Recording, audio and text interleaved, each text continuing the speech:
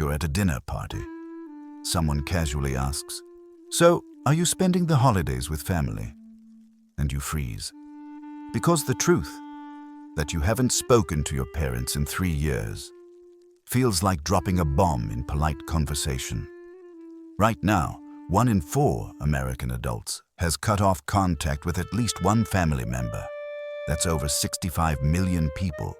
Yet we treat it like some shameful secret, whispered about in therapist offices, but never at the Thanksgiving table. The people who do this aren't monsters. They are not ungrateful. And contrary to what your aunt might think, they didn't wake up one random Tuesday and decide to ghost their entire bloodline. The real psychology behind cutting off family contact is far more complex, far more painful, and frankly, far more common than anyone wants to admit. So let's talk about what actually happens in someone's mind when they make this decision. And fair warning, if you've ever felt guilty about distancing yourself from family, this might hit close to home. What drives me crazy about how people talk about estrangement is they always point to one incident. She cut off her mom over a comment at dinner. He stopped talking to his dad because of a political argument. That's not how it works. We're not talking about straw that broke the camel's back. We're talking about bricks. Heavy, sharp-edged bricks piled on someone's shoulders year after year. Imagine you're 8 years old and you come home excited about a drawing you made. Your parent glances at it for half a second and says, "That's nice, honey," without looking up from their phone. Tiny moment, right? Forgettable. Now multiply that by 1,000. 1,000 moments of being half heard, half seen, half validated. Add to that the times your feelings were called dramatic, the times your boundaries were labeled disrespectful, the times you were told you were too sensitive, when what you really needed was for someone to just care. Researchers have a term for this, relational trauma, and it doesn't look traumatic from the outside. There are no visible scars, no police reports, just a steady, grinding erosion of your sense of worth. Dr. Lindsay Gibson, who literally wrote the book on emotionally immature parents, found something fascinating. The adult children who eventually go no contact, they typically spent 15 to 20 years trying to fix things first. 20 years. That's not impulsive. That's not dramatic.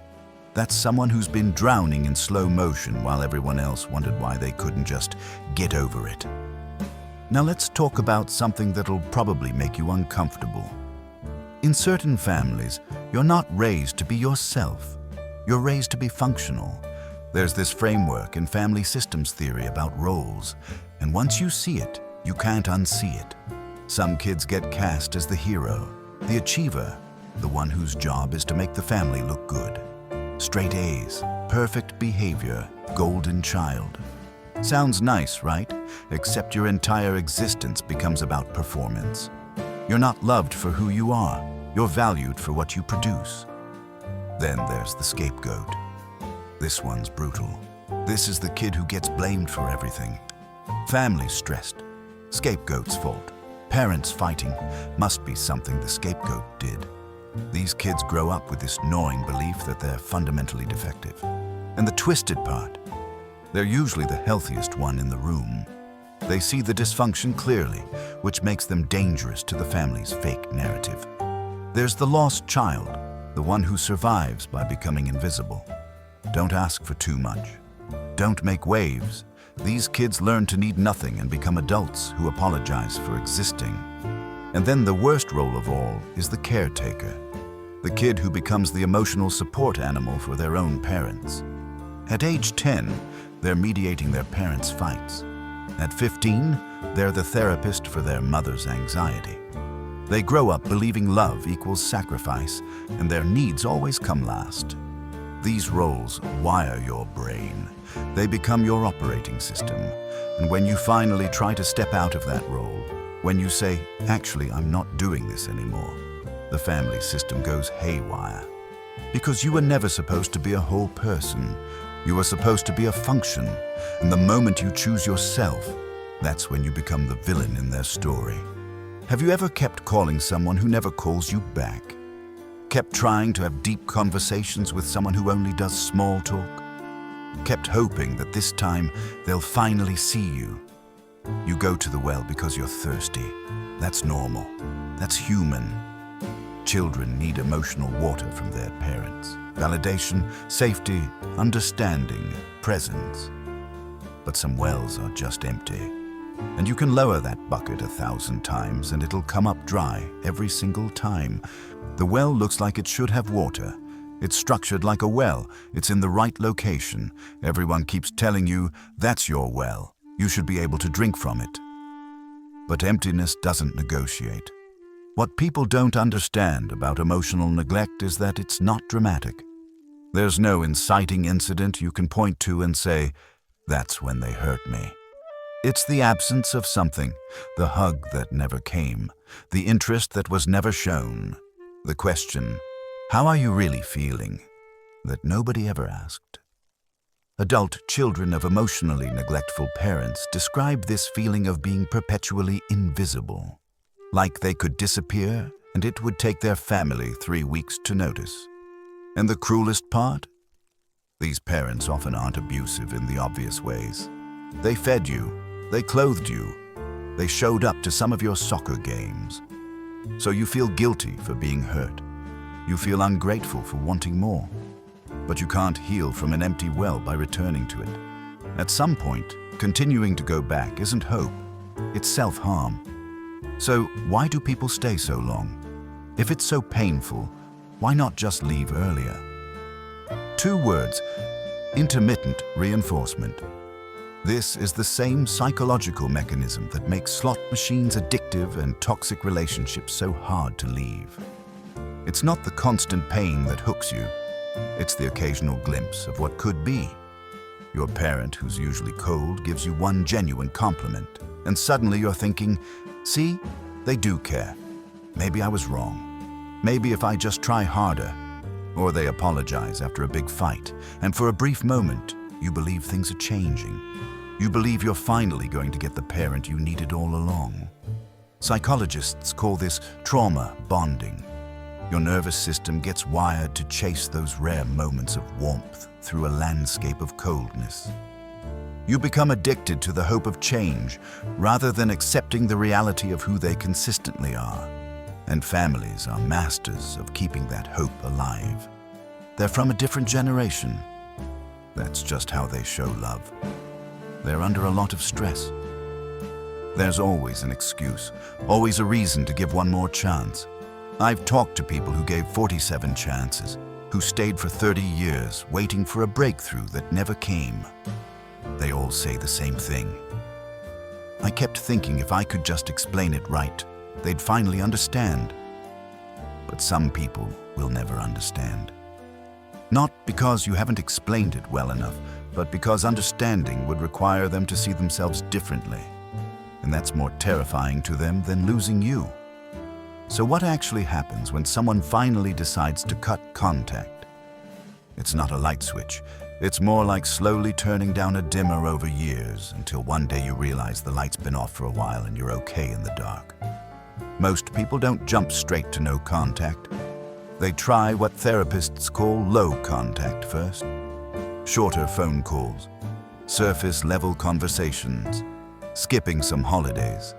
It's like testing whether you can have a relationship with training wheels and bumpers. Some people use what's called the gray rock method. They become boring and unresponsive, not mean, just neutral, because they've learned that emotional reactions are the fuel that feeds the fire. But when these gentler boundaries get violated over and over, when every attempt at a healthier relationship is met with guilt trips, manipulation, or rage, that's when the final decision gets made. And let me be clear about something. No contact isn't revenge. It's not punishment. It's protection. The psychology behind it is actually quite simple. You've done the math in your head.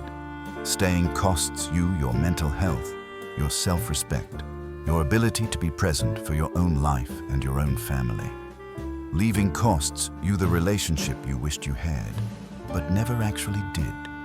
When those scales tip, When the cost of staying finally exceeds the cost of leaving, that's when people walk away.